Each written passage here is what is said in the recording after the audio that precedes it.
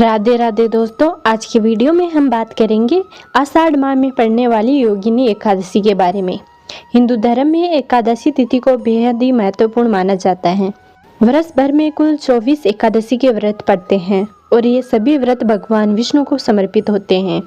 जो भी भक्त सच्चे मन से एकादशी का व्रत रखकर कथा सुनता है, उस पर भगवान विष्णु के साथ माता लक्ष्मी की भी विशेष कृपा होती है और साधक की सारी मनोकामनाएं पूरी होती हैं।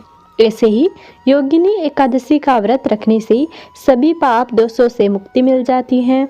योगिनी एकादशी इतनी फलदायी है कि इसका व्रत रखने से पूर्व जन्म के पापों से भी मुक्ति मिल जाती है और अंत में मोक्ष की प्राप्ति होती है। भगवान श्री कृष्ण कहते हैं कि योगिनी एकादशी का व्रत करने से 88,000 ब्राह्मणों को भोजन कराने के बराबर फल मिलता है।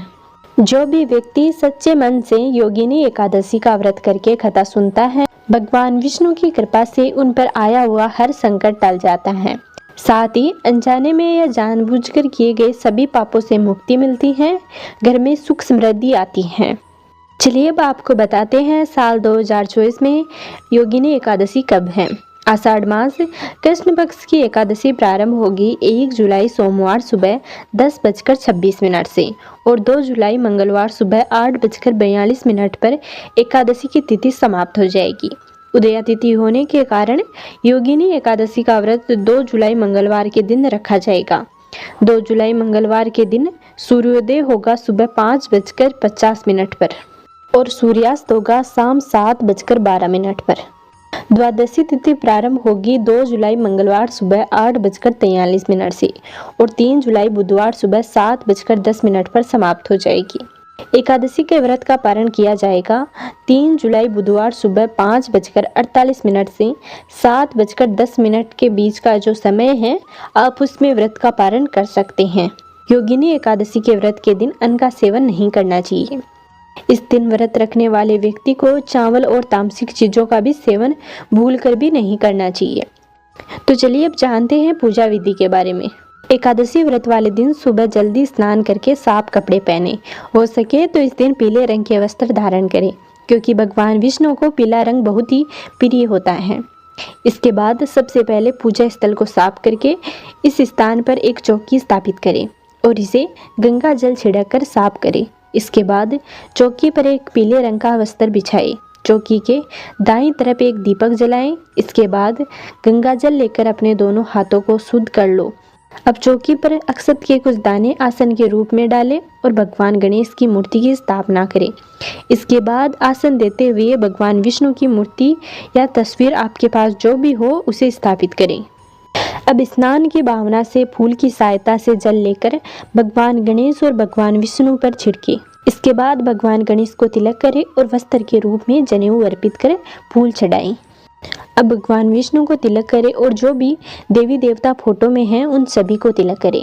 अब ओम नमो भगवते वासुदेवाय नमः मंत्र का जाप करते हुए भगवान विष्णु को फूल और जनेऊ अर्पित करें। भगवान विष्णु को पंचामृत में तुलसी दल डालकर अर्पित करें और अब पीले रंग की मिठाई तथा फलों का भोग लगाएं। भगवान विष्णु को पंजीरी का भोग भी बहुत प्रिय होता है। इस दिन आप पंजीरी का भोग भी लगा सकते हैं। उसके बाद भगवान विष्णु की आरती करें और अब भगवान विष्णु को चढ़ाया हुआ भोग प्रसाद के रूप में सभी लोगों को वितरित करें। द्वादशी के दिन ब्राह्मणों को भोजन कराएं और अपनी क्षमता के अनुसार दान दक्षिणा दें। उसके बाद व्रत का पारण करें।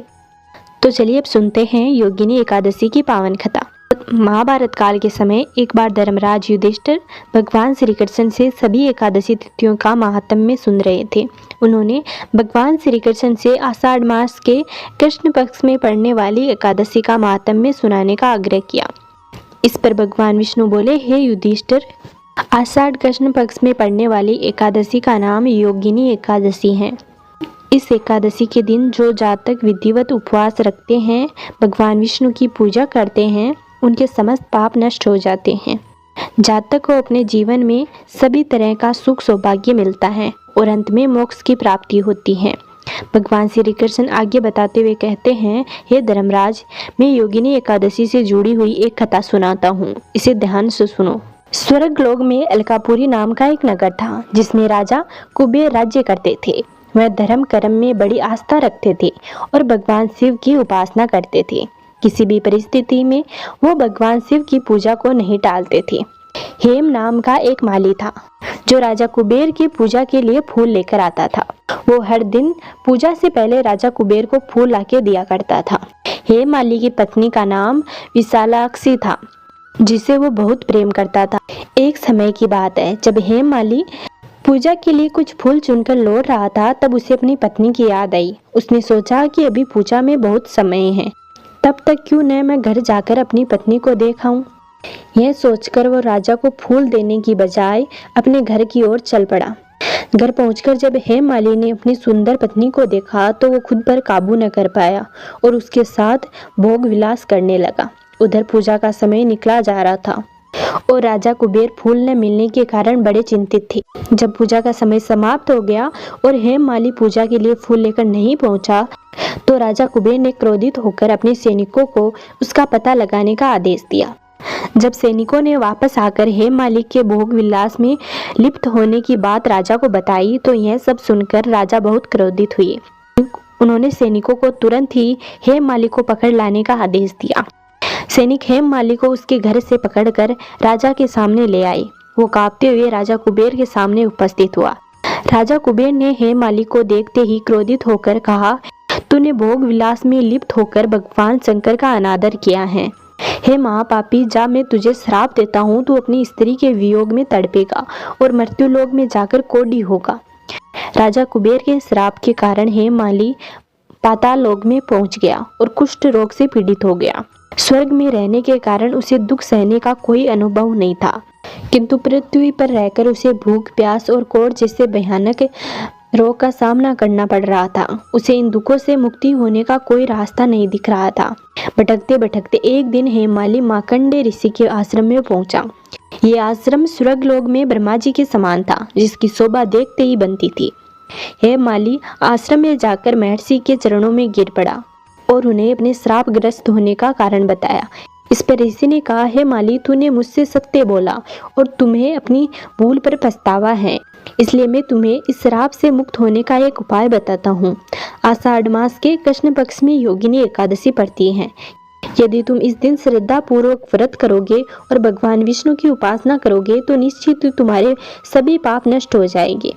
पाप मुक्त होने का उपाय जानकर माली ने महर्षि को प्रणाम किया और वहां से जाकर उनके बताए अनुसार योगिनी एकादशी के व्रत का पालन किया। हेम माली के इस व्रत के प्रभाव के कारण भगवान विष्णु की कृपा हुई और उसे राजा कुबेर द्वारा दिए गए श्राप से छुटकारा मिल गया। इसके बाद वो अपनी वास्तविक रूप में स्वर्ग लोक जाकर अपनी पत्नी के साथ सुखद पूर्वक रहने लगा। तो भक्तों, ये थी योगिनी एकादशी से जुड़ी कथा। उम्मीद करती हूँ आपको ज़रूर पसंद आई होगी। यदि आपने अभी तक हमारे चैनल को सब्सक्राइब नहीं किया है तो प्लीज़ कर लें, ताकि आने वाली वीडियो का नोटिफिकेशन आपको सबसे पहले मिले।